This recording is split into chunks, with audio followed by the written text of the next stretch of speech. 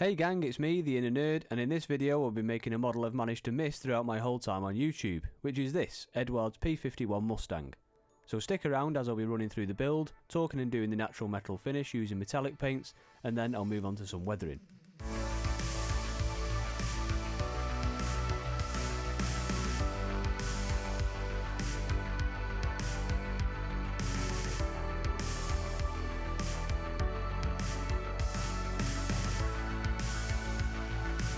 So this build is going to be part of a bigger project which will become a little bit clearer later on in the video, where I've teamed up with a small business called Authenticate. If you want to check them out and what they do, there's a link in the description of this video.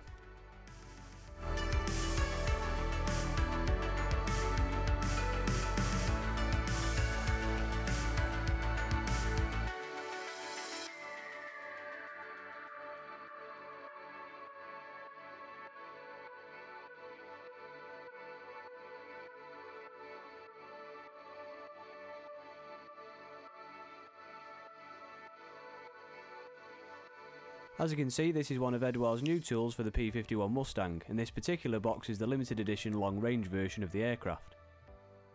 With that you get full profile additions like resin wheels, a whole suite of decals, and also an info booklet and poster of the box art.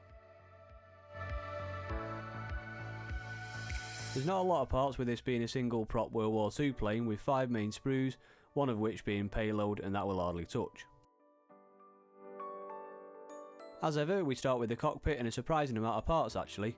I'll say this more than once, but I'm not a P-51 aficionado, but it looks well detailed to me. One thing I do like to do on all my aircraft models is to remove the location pins from the length of the fuselage. These are here to help alignment, but more often than not they're more of a hindrance, so I sand them off with 800 grit sandpaper.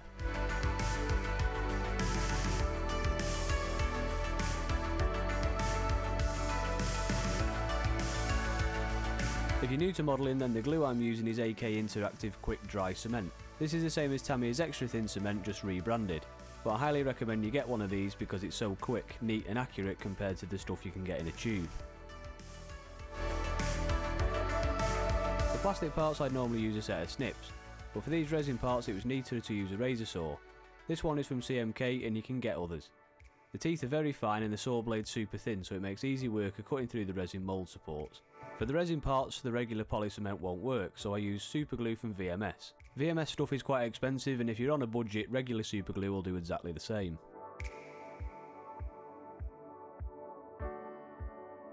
Whenever I start a new kit, I try and build as many sub-assemblies as I can manage at first. This makes it more efficient to prime and paint rather than following the instructions entirely step by step. So you've already seen me make some cockpit, landing gear and propeller parts before we officially got there in the instructions.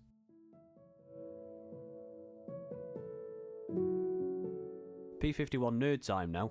The kit comes with 3 versions of the canopy depending on which version you choose to build. Since I was making the P-51D 20, the intermediate Inglewood type was the one for my build. I'm guessing Eduard make these for all the versions they sell on one sprue. Masking canopies can be tricky business. The best way I find is to outline the canopy edge first using flexible tape from Tamiya. This is masking tape for curves and it comes in various thicknesses. Combine this with regular masking tape and you'll got a good set of tapes that will give you a nice sharp edge.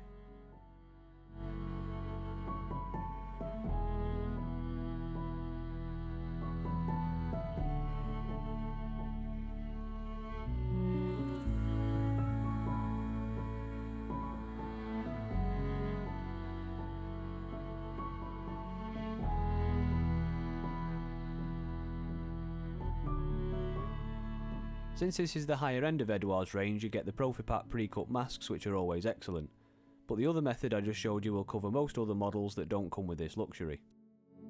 By this time I've worked through the instructions for one loop. Now I have all the possible sub-assemblies ready for primer, so I can do that all in one shot. So we've got the fuselage which will join to the cockpit, and then the landing gear and other bits and bobs. Primers can be a minefield, so I'm going to make this nice and simple. I use Mr. Surfacer and it comes in a few colours, but I mainly use black or grey. Mr. Surfacer is a lacquer based paint, so it's best thing with lacquer thinner. Mr. Colour self-leveling thinner is the king of all thinners. Literally goes with everything. Well, not literally everything, but you know what I mean. They make this in different amounts and that's the number on the front of the bottle. I have 400ml. In terms of thinning ratios, I tend not to work to an exact science, but I'd say 50-50 is a good starting point with a 1500 surfacer. To tell if the paint is suitably thin, the flow should be easy and constant, and the spray pattern should be smooth without spatter or pooling around the edge of where the paint lands. Paint is definitely another minefield, and I use AK Interactive Real Colours. These are acrylic lacquers which are thinned straight out the bottle using AK's own branded Real Colours thinner. I'm not entirely sure what type of thinner this is, but the levelling thinner I used before is also compatible if you want to keep the cost down of all these thinners. The trick to get these paints airbrush ready straight from the pot is to add just enough thinner to fill the paint up to the base of the neck on the bottle. A fresh bottle will have paint filled slightly below this neck, so around 21mm is enough. Whilst I'm on the subject of thinners, modelling equipment can be expensive, so a good way around this is to bulk buy for industry. What I mean by this is to buy a DIY store alternative. So for these two thinners you can substitute cellulose lacquer thinner to do the same job, and you'll get about 5 litres for the price of 400ml as an example. Granted, it won't be tuned for the paint specifically, but will you notice? Probably not. I digress, so back to the model. Here I've primed the cockpit with yellow zinc chromate and then overcoated with USAF interior green. The point in this is to brighten the green top coat as well as add a tint. This is the way the original cockpit was painted, so I tried to replicate that on the model. With the base colour down, I hand painted in the details using a size 5 fine pointed brush from AK.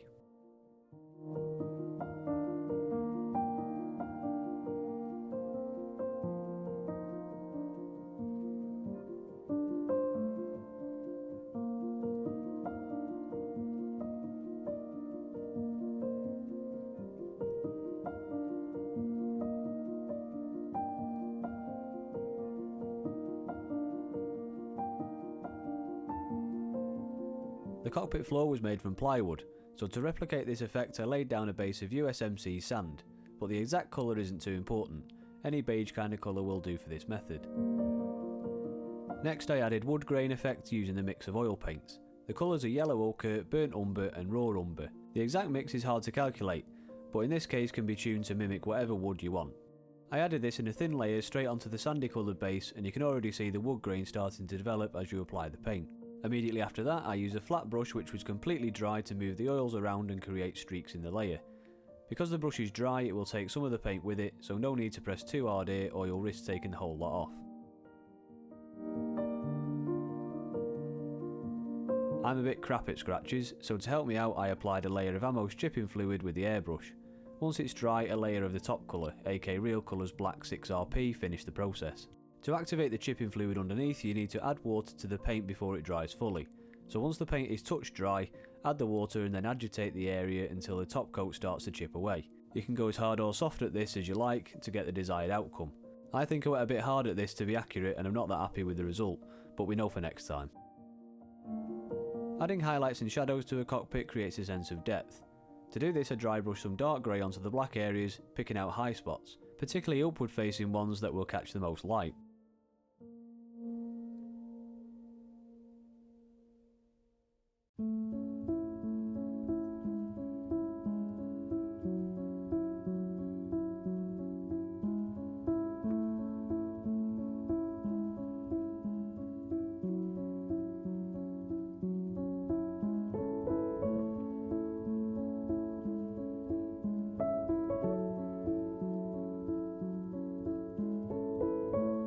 The base work of the cockpit is now complete and I could add the pre-coloured photo etch pieces.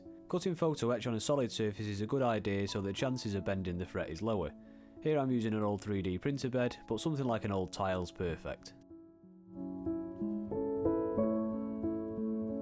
Something else I've always been a bit crap at is photo etch, but I find it easier to bend the photo etch before you add it to the model rather than trying to faff about doing it once it's stuck in place. On details like the seat belts this can be a part saver.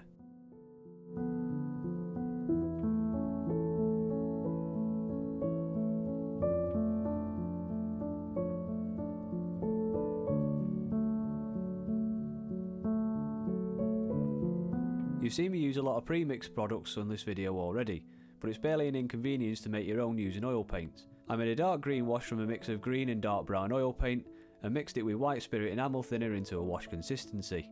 This was used to pick out the darkest areas of the cockpit and create shadows, adding to the depth I referred to earlier. I've not added any type of varnish to the paint here, as the oils won't affect them because the paint is acrylic lacquer based, whereas the oils are, well, oil based, so they won't mix with one another.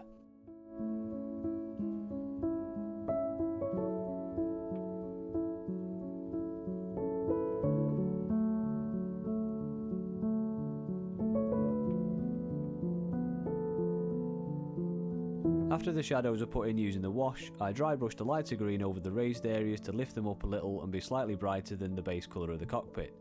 I did this using an Airbrush 2 in the centre of each panel, which emphasised the shadows even further.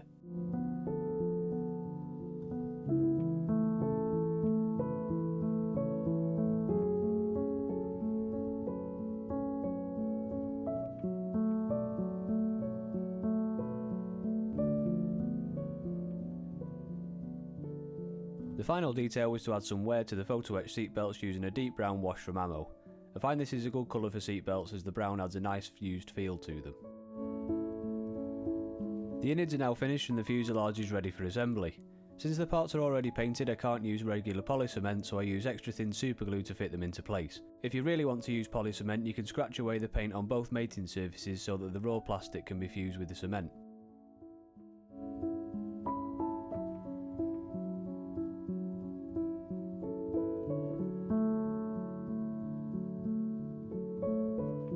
Overall the fit was good, but a small amount of filler was needed on the wing root and leading edges. Usual procedure for aircraft models, so I broke out some grey putty from AK.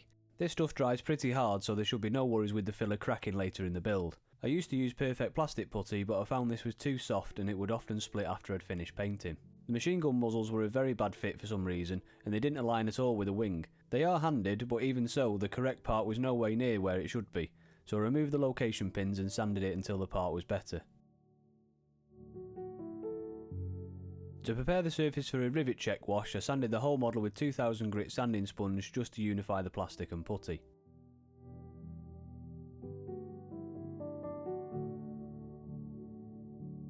This was followed by a clean down with rubbing alcohol on a cotton pad.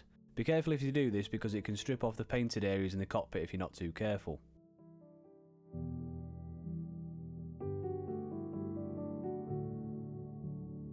Because I'd done a lot of sanding, especially around the nose area, it was a good idea to check which details had been lost as a result. I used a simple black wash, nothing special here, and applied it to the entire model in one thin coat. This acts like a regular oil wash and picks up all of the engraved details so they show more clearly where they've been removed. I left that to dry and cleaned it off with another cotton pad, this time dampened with white spirit enamel thinner. You can also use turpentine for any oil work as they do the same thing. With the rivet spot removed, hopefully you can see that there's some lost detail in the nose join. I put these details back in using a rescriber and rivet tool. I find electrical tape a good guide to keep the lines on course. You can do this freehand, but I don't think I'm good enough for that.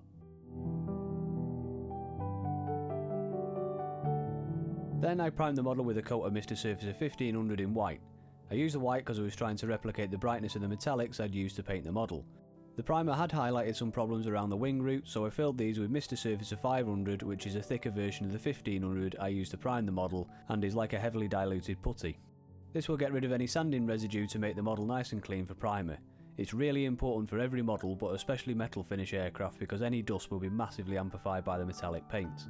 Okay, now it's time to prime. Metallic paints work very well over a gloss black base, so I used Mr. Colour GX2 Gloss Black and applied that over the entire model. This was thin using the levelling thinner I used before to around 40%. So, turns out I made a bit of a mistake here as I found this base coat information after I started painting. This shows areas of the real aircraft that were based in different colours, almost making zones that would tint the metallics over the top. Trying to replicate this effect I used dark grey, in my case AK's gunship grey, as this seemed to be closest to what I had available, as well as zinc chromate yellow, which I used to base the cockpit and the wheel bays earlier.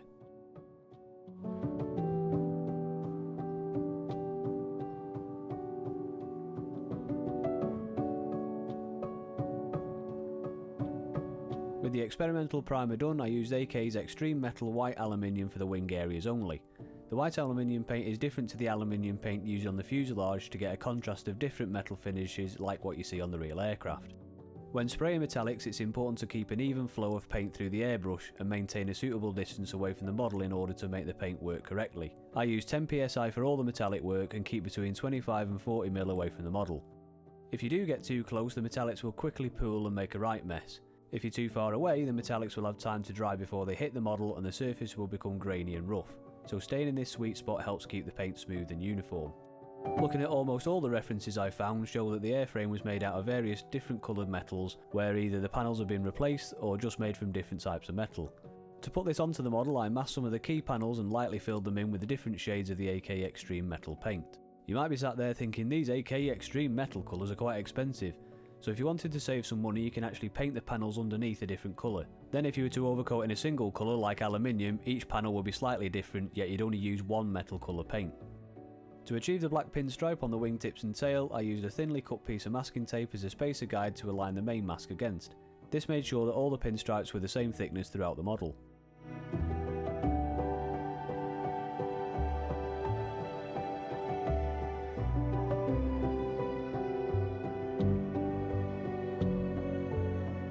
If you want one of these model stands, by the way, I make them myself and they're available from my website theinnernerd.com. There's a link down in the description and that'll take you right there. There's also a discount code there too, which is exclusive to this video, so don't forget that. Okay, the model is now fully painted and needs some decals to bring it to life. I've not coated the model in any sort of varnish as the surface is nice and smooth, so the decals will take the model without silvering. To help apply the decals I use Tamiya Mark Fit Strong, and this is a 2-in-1 solution, so replaces both bottles if you're using microset and sol. I poured some warm water into a container and soaked the decal for 30 seconds or so. There's no need to keep them in the water for too long as you can actually dissolve the glue, so it's safer to dip them in and wait for the residual water to activate the glue on a paper towel. Happy with the decal's position, I rolled the excess decal solution from underneath using a dry cotton bud. This will get the air out and help the decal form around the details underneath. A little bit of heat also helps the decal form around the more raised areas, so I wafted a heat gun set at 90 degrees C just to help it along. The next steps were to repeat the process until I was happy that the decal had started to take around the shape of the details underneath. Just to clear up a question about Eduard's new decals, I'm pretty sure these aren't them. I've heard that the new ones you can peel back the carrier film after the decal is set, but I tried this on a separate piece and the carrier film wasn't budging at all without lifting the entire decal, so unless I completely missed that altogether, I'm sure these are just regular type. Before any weathering happened, I needed to seal all that previous work in. For this I used AK's acrylic based satin clear, and that was mixed with around 60% Tamiya X20A acrylic thinner to be airbrush ready. I coated that over the entire model and waited until the next day before I started weathering. It's really important that you get this stage correct and work with an opposite varnish versus what you intend to weather with. Since most weathering products are enamel or oil based, an acrylic or lacquer based varnish is best since they don't run on the same base, so to speak, and won't mix or react with one another. If I was to use an enamel based varnish and then apply any sort of oil based weathering such as a wash, the thinners in the oil wash would react with the varnish and eat it away, most likely bringing the paint with it, and this is obviously a disaster. So what I've done so far is the basis of the weathering, using Ammo's engine grind wash, which is suitably dirty without being too dark, and I think the slight brown tint works well with the overall silver colour of the model. I apply the wash all over the model and then remove with a cotton pad which is ever so slightly dampened with enamel thinner just to help remove the most stubborn areas. On this denser area I soften the edges and most concentrated areas with a dry cotton bud. This just helps blend in the effect rather than leaving the sharp contrast between the wash and the background colour.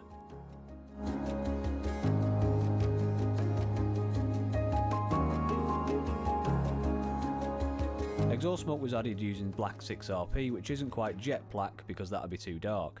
I took off the tip of the airbrush for this step to increase the accuracy of the spray. I kept the airbrush moving as well so that the effect built gradually. To create some stained areas where the crew have used the most, I applied some clean white spirit into the area in question, then added the engine grind wash again and blended that live on the model. After it had become touch dry, I manipulated the wash around, concentrating on the thickest parts first to dissipate the effect and kind of blend it into the model and the paint underneath. I kept using clean white spirit so that I didn't just spread the wash around, but rather move it and remove it.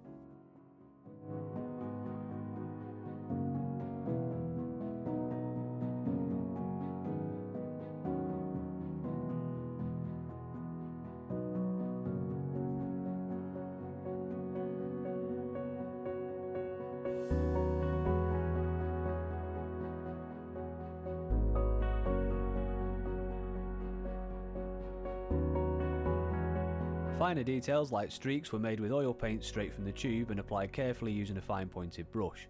I find Abtelung's Industrial Earth a very good colour for this type of effect.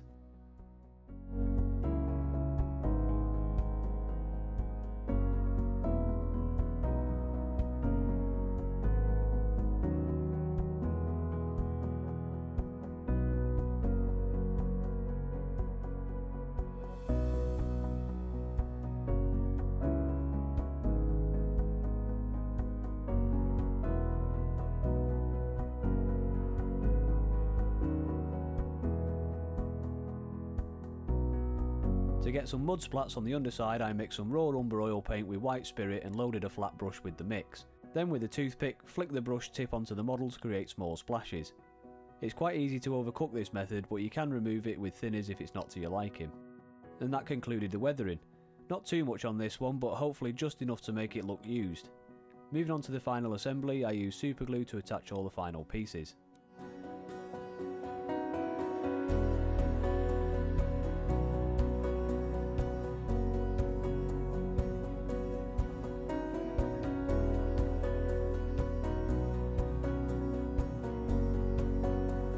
The smallest and most delicate pieces were best put into place and then painted afterwards.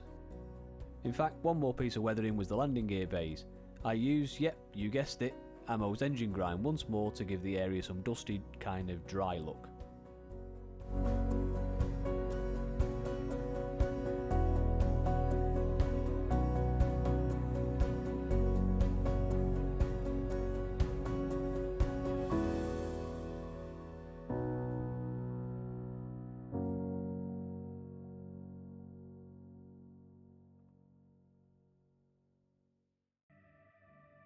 And this is it. Hopefully I've given you an entertaining video and something that was somewhat enjoyable to watch. Natural metal finish is a tricky one to achieve, but I hope to have shown you some methods that are useful. I'm the Inner Nerd, and this was my build of Eduard's P-51D Mustang. Thank you for watching.